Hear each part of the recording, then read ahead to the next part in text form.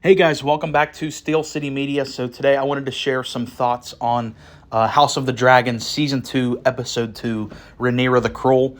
I want to start doing weekly episode reviews. I know I'm kind of late on this, but I do want to share thoughts on House of the Dragon. I think it's by far and away the best thing on television right now. And if you missed the video where I talked about kind of my love for the Game of Thrones show, I guess I'll repeat it here. I don't say this to brag. I just kind of say this to show you what the Game of Thrones TV show meant to me. If the show, I believe the show is about like 67 hours long. I've definitely spent over 1,000 hours watching the Game of Thrones TV show. That's just, how much that show means to me.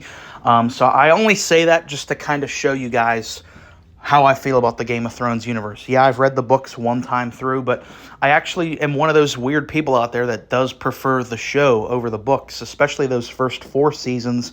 So I definitely do intend on making a lot more Game of Thrones related videos on here, a bunch of rankings and all that. But of course, House of the Dragon, it's brand new stuff. It's coming out right now. It's kind of the buzz online right now. So I did want to talk about my thoughts of House of the Dragon, and I think it's an incredible show. It really reminds me of those earlier seasons of Game of Thrones. It really is that high of quality, and I feel like this episode here, at least compared to the first episode, which was called Son for a Son, didn't review that on the channel, but was an incredible episode as well. But this episode, I feel like, really got back to the political roots of the Game of Thrones universe, in that there's dragons, there's ice zombies, there's, Melisandre birth and vagina monsters. There's all kinds of crazy shit and magical shit going on in the Game of Thrones universe. But at the end of the day, this is a political drama. This is a political thriller. This is what made Game of Thrones so exceptionally good in the first couple seasons, is just a couple of really intriguing characters sitting down at a table, slamming some wine, and having really interesting conversations. You look at the scenes between Tyrion and Varys, Tyrion and Baelish, Baelish and Varys, Cersei and these people, and Tywin playing off these people. This is what made those early seasons so great. And I feel like we started to get some of that here in Rhaenyra the Cruel, because especially through Otto Hightower, who I think is one of the most intriguing characters in the show right now. He kind of feels like the spiritual ancestor of Tywin. He has a lot of traits of Tywin. I don't know if he's quite as ruthless as Tywin is, but he does share a lot of like the political instincts that Tywin Lannister possessed in the original show. So I like Otto a lot.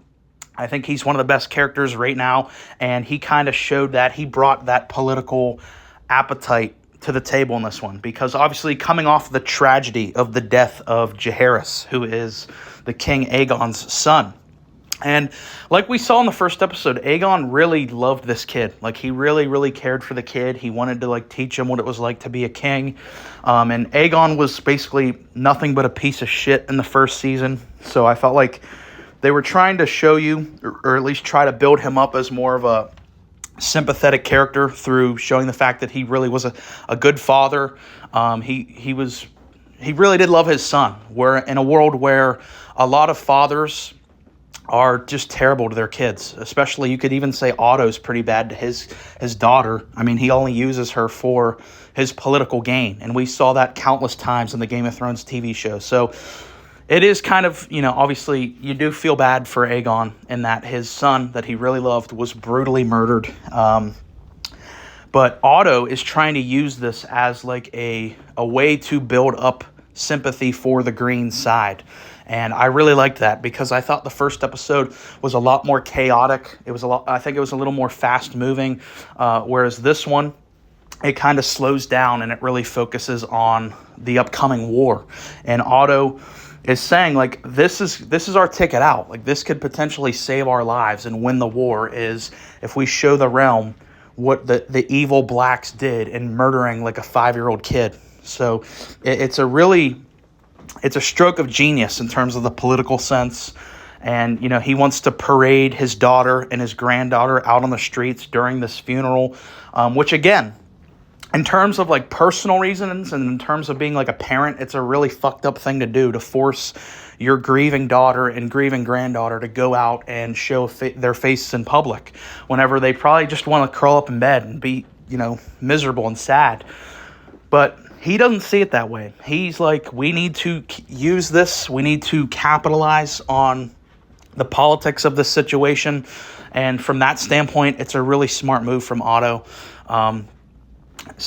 And of course, I really like the dynamic between Otto and Aegon because, again, to call back comparisons to the original Game of Thrones show, I think it's very similar to the dynamic between Tywin and Joffrey, at least in the scene in the small chamber room. I don't think Joffrey would have ever been able to fire Tywin just because Tywin had such a grip of power, like we see later on in this episode, like the last scene. But at least in this one scene in the small chamber room where Otto basically tells him off. He's like, you're already perceived as weak. Like, we can't really cater to your reputation, Aegon. It's already weakened. We rushed you on the throne. You let a dragon escape at your coronation. So I kind of like that he's kind of flexing the muscles there. But Aegon is I think quickly becoming one of the more interesting characters in the show, whereas he was kind of in the background throughout all of season 1. We only saw little bits of him in season 1, and the little we did saw, he was a really terrible person, having like bastards and like letting them like stay in these fighting pits and just not really caring and being like kind of a perv and a freak. I'm starting to kind of enjoy seeing him be more of a main character now that he is the king, and especially his dynamics with Otto and his mom and with all the other people at court. He's a fascinating character as the king. So then we get a little later on into the episode, and we have, I think, one of the best acted scenes of the entire show thus far, where we have a giant fight between Rhaenyra and Daemon, where they essentially, you knew that this was something like this was going to happen because it does really weaken the Black's claim, and that's kind of Rhaenyra's argument here, is like, Daemon, you don't really understand what you just did, like, you kind of just fucked us all over. And Daemon's whole thing is like, I'm only acting on what you told me to do. And she completely freaks out, and she's like, I think you're really only using me as like a means to your end. You're only using me to fulfill your fantasy, because he always wanted to be the heir. That goes all the way back to the first episode of House of the Dragon, where Rhaenyra was named the heir over him because Viserys could never trust Daemon. That's even what Rhaenyra says. So it's a really fascinating dynamic, because you could kind of see both sides of this argument. You could see it as Daemon, no, he really does care for Rhaenyra. He does want to support her.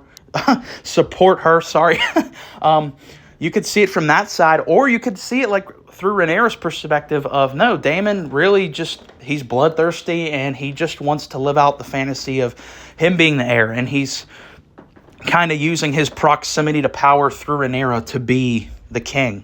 So I thought that was a really fascinating argument they had. Like I said, it was one of my favorite acted scenes of the show thus far, and Daemon just goes off.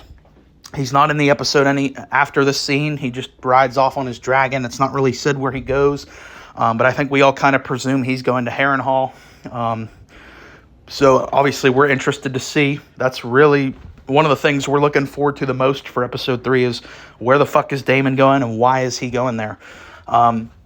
So then we go on a little later into the episode, and like we just talked about all that political stuff with the death of Jaehaerys, it's basically undone by Aegon because he wants to get revenge. He's not thinking of this politically, and it makes sense because no one has really sat Aegon down and explained the political consequences of this, and it really backfires because Aegon, he's young, he's kind of an idiot. He doesn't understand these type of conflicts. So the only thing on his mind, and it's relatable, is revenge. His fucking son just got his head cut off. Yeah, he wants to go murder these fucking psychos. But he takes it a step too far. Because when they're interrogating one of the killers of Jaehaerys, he says, it was me and a rat killer that did it, and we were hired by Daemon Targaryen. So instead of like him trying to investigate each individual rat killer that was working at the castle, he just kills all of them and completely brutal, definitely Joffrey-esque, where he just kills everyone who's known as a rat killer, and you get to see like the family's reaction, because not only does he kill them, but he also displays their corpses up on the walls as kind of a message, like, this is what happens when you fuck with my family. And that's where it comes in to be like kind of Joffrey-esque, just like, yeah, it was cruel to do it to begin with, but then you have to, be even more cruel by displaying the corpses, and you get to see the reactions of these families. These men had wives, kids, mothers that are seeing their corpses displayed up on the walls, and if there were 50 of them hung, only one of them was guilty. So it is a very vile act of violence, and it basically completely undoes the work that Otto was trying to accomplish with, he was trying to win the PR battle. He was trying to have like the commoners on his side, because at that time it was looking like it was kind of working, because it was a disgusting act. But then Aegon completely undoes that. He completely changes that because of his recklessness, because of his brutality, and it's basically a wash now. So it was kind of like a wasted, just a wasted opportunity for the Greens, and basically confirms that Jaehaerys did die in vain, because now it doesn't really change anything in terms of like the perspective from the commoners. So then we get another great scene in this episode where Otto and Aegon finally like hash it out, and he's like, you're a fucking moron. You need to listen to me. I know what to do here. You're a boy. Like, you don't know what the hell you're talking about. And you see Kristen step in, and he's like, you don't talk to the king like that. Otto's like, no, this is my grandson. Another callback to Game of Thrones, where Tyrion is yelling at Joffrey, and Sir Meryn Trant says, you don't talk to the king like that. And he's like, I'm not. I'm addressing my nephew. So I like that little callback there. But he does get fired. Otto is fired here, essentially for disrespecting the king. You also had Larys, the weirdo with the cane. You had him whispering in the king's ear in the first episode about how Otto was his dad's hand, not his hand. So he's taking that into account, on top of the fact that he's perceiving Otto to be very disrespectful towards him and kind of undermining him. So he fires Otto as Hand of the King. He says, give the badge to Kristen. Now, I don't know if that means he's going to make Kristen the hand, or if that just means, like, give it to him, you're done. So that's one of the biggest things I do want to see addressed in the third episode, is who's the new Hand of the King now that Otto's been sent away. And this is a massive loss for the Greens, because I feel like Otto was really the only one in the Greens leadership that knew what the fuck he was doing. Like, Aegon doesn't, Kristen doesn't know what he's doing, Alicent doesn't know what she's doing. So, like, Otto really brought the brains to this operation. With him gone, I think that's going to be detrimental, especially early on when this war finally does kick off. But then, like, our final climactic part of this episode is the brothers fighting off. You have Eric versus Arik. And, I did hear some people complaining about, like, their characters should have been built up a little more, because they're really just in the background for season 1, and we don't really get much in terms of like development from them until the first episode of season 2, where you have the one who went to Rhaenyra's side, and he kind of has a conversation with Daemon. But they're not really that developed as characters. Like, we don't really care about them. Maybe some of you guys did, but I just didn't really care about these two guys because we don't really know anything about them. But they have a cool battle. The one is sent to go kill Rhaenyra, and he gets pretty close to her, but his twin is able to stop him, and they have a pretty brutal fight. And then the one who wins just falls on his sword. I'm guessing just out of pure disgust at the fact that he just killed his own brother. And that's kind of where the episode ends. So overall, I thought it was kind of a return to form for the Game of Thrones universe, in the fact that there was more of a political based episode in terms of like Otto trying to use this crisis as like a PR stunt. So I thought it was a great episode, a great way to continue this and just build more tension for the show. And I'm really excited to see what's going to go on in episode 3. So if you made it this far, you listened to me ramble this much, I really appreciate you listening to me. Like I said, I'm going to be making a bunch of like Game of Thrones lists and like all-time movie rankings, favorite actors rankings on this channel. So if any of that interests you, please subscribe, leave a like on this video. Thanks for watching.